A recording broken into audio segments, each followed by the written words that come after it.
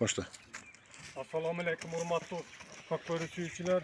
Muna bugün biz şu 2025 yılın 12 oktyabrında uşul atыбызды Güren Kaşka atыбызды satууга чыгарып атабыз туугандар.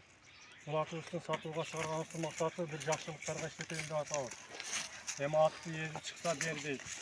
Ушул аттында bir ези чыкса саталада bir жакшылык аш-тойлорго, булактарга чаап бирди деген ниетте чыгардык туугандар. Бул аттын өзүнө келе турган болсок, бул ат Жалалабадтын Мокенттен келген. Күлү Жалалабад Мокенттин жылкысы. Бизге кунандыгында келген. Жашына келсек жаш, үстүн казыбы немис аяк. 5 жашардан кетип атат. Келгенден бери şu колдо турат. Жыйынга салынган, улакка салынган видеосу бар. Топко жакшы барат саган жериңе. Аттын жүрүштү бардык жагы жайында жүрөт. Өтө күлүкчүл канан ат камбаган. Ат bir жерде турган үчүн эми атты чалып көрсөткөнгө болбойт. Аттын ден соолугуна туугандар келип текшерип көрүп аласыңар. Аттын 4 казыгы деле жакшы буттары. Эч бир аттын бутунда трамба жок. Жеп ичине ден соолугуна жооп берет бул атты ээзи.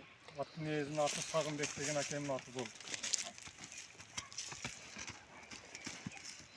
Урматтуу туугандар, эми мына аттын баазына келсек эң кызык жери. Аттын баазын 500 000 сом деп коюп атабыз.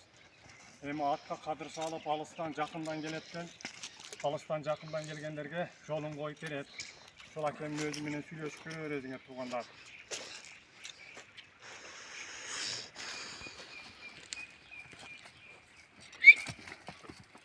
Өтө күлүкчүл канат.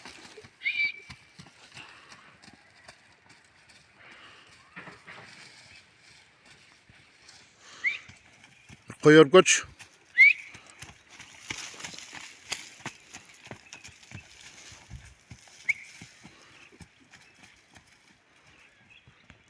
Bir yerde turganda bir yerde turgan. Sol başlarında kimler?